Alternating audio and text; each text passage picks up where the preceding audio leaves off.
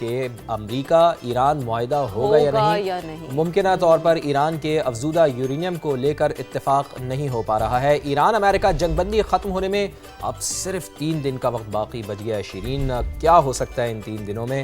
اس کا اندازہ ابھی نہیں لگایا جا سکتا، لیکن مذاکرات کی کوششیں البتہ ضرور کی جا رہی ہیں۔ دوسرے راؤنڈ کی تاریخ بھی ابھی تک طے نہیں ہو سکی ہے۔ صدر ڈونلڈ ٹرمپ کی زیر صدارت وائٹ ہاؤس کے سچویشن روم میں اعلیٰ سطح کا البتہ اجلاس ضرور ہوا ہے۔ بالکل، اور آبنہ ہرمز کی تازہ ترین صورتحال اور ایران سے مذاکرات پر تبادلہ خیال کیا گیا اس سچویشن روم کے اجلاس میں۔ بہت اہم اجلاس یہ تصور ہوتا ہے جب بھی اس طرح کے وارفیئر کے سینیریوز ہوتے ہیں۔ ظاہر ہے اس میں اہم فیصلے لیے جاتے ہیں، جو اہم اپنی پوزیشنز ہیں، جو اہم اپنی سچویشنز ہیں، اسے انالائز کیا جاتا ہے، اور ملٹری کے تناظر میں بھی بہت اہم فیصلے لیے جاتے ہیں۔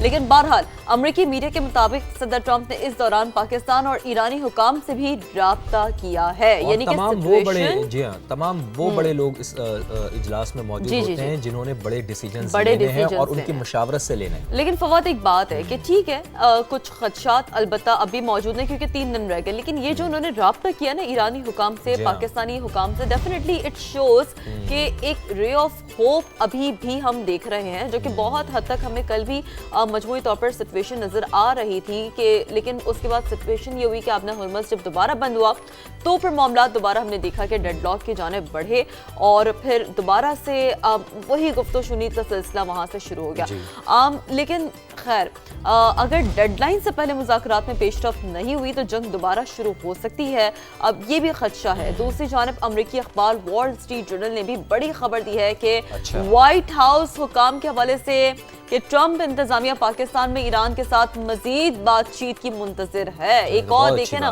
ہوپ فل خبریں آ رہی ہیں نا وائٹ ہاؤس، یعنی کہ ایک اچھا شگن سامنے آ رہا ہے کہ مزید ایک ہوپ فلنس نظر آ رہی ہے کہ مزید اس حوالے سے بات چیت اور امید ہے کہ ایران کے ساتھ مذاکرات میں چند دنوں میں اہم پیش رفت ہو۔ رپورٹ کے مطابق ڈونلڈ ٹرمپ نے خارگ آئی لینڈ پر کنٹرول حاصل کرنے کی تجویز بھی مسترد کر دی ہے۔ چلیں جی، یہ بھی ایک اچھی بات ہے۔ امریکی صدر نے ایسے کسی بھی منصوبے کی مخالفت کر دی ہے جس میں امریکی فوجیوں کو خطرہ ہو۔ ڈونلڈ ٹرمپ کا موقف ہے کہ خارگ جزیرے پر کنٹرول حاصل کرنے کے لیے جانے والے امریکن فوجی آسان ہدف بن سکتے ہیں۔ یہ ایک اچھی بات ہے کہ امریکہ کے پریزیڈنٹ کو یہ بات اب سمجھ میں آئی ہے کہ یہ اتنا آسان نہیں ہوگا۔ جس طرح کہ یہ جب جنگ چل رہی تھی تو اس میں کہا جا رہا تھا کہ خارگ آئی لینڈ کے اوپر امریکن ٹروپس اتر سکتے ہیں اور وہ اس پر قبضہ کر سکتے ہیں، لیکن اب کم از کم امریکی صدر ڈونلڈ ٹرمپ یہ کہہ رہے ہیں کہ وہ ترنے والا ثابت ہو سکتے ہیں، اسی وجہ سے اپنے فوجیوں کی سیفٹی کے لیے پہلے بھی ہم نے دیکھا ہے نا کہ وہ چیزیں پھر بہرحال امپیکٹ کرتی ہیں۔ لیکن اس میں جو ہے نا شیرین، ایک چیز ہے کہ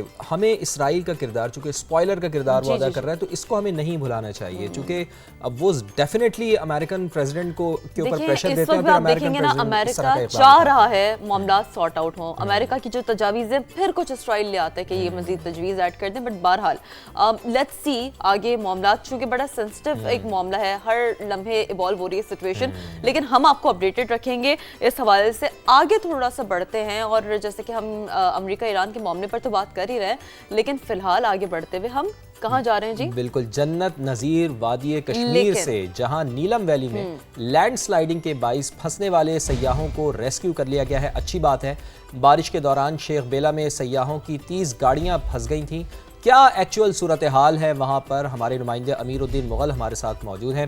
امیر الدین مغل، جو سیاح یہاں پر آئے تھے سیاحت کے لیے، ان کو ریسکیو کر لیا گیا ہے؟ کسی قسم کی کوئی پریشانی تو نہیں ہے، کوئی خطرناک بات تو نہیں ہے ابھی یہاں پر؟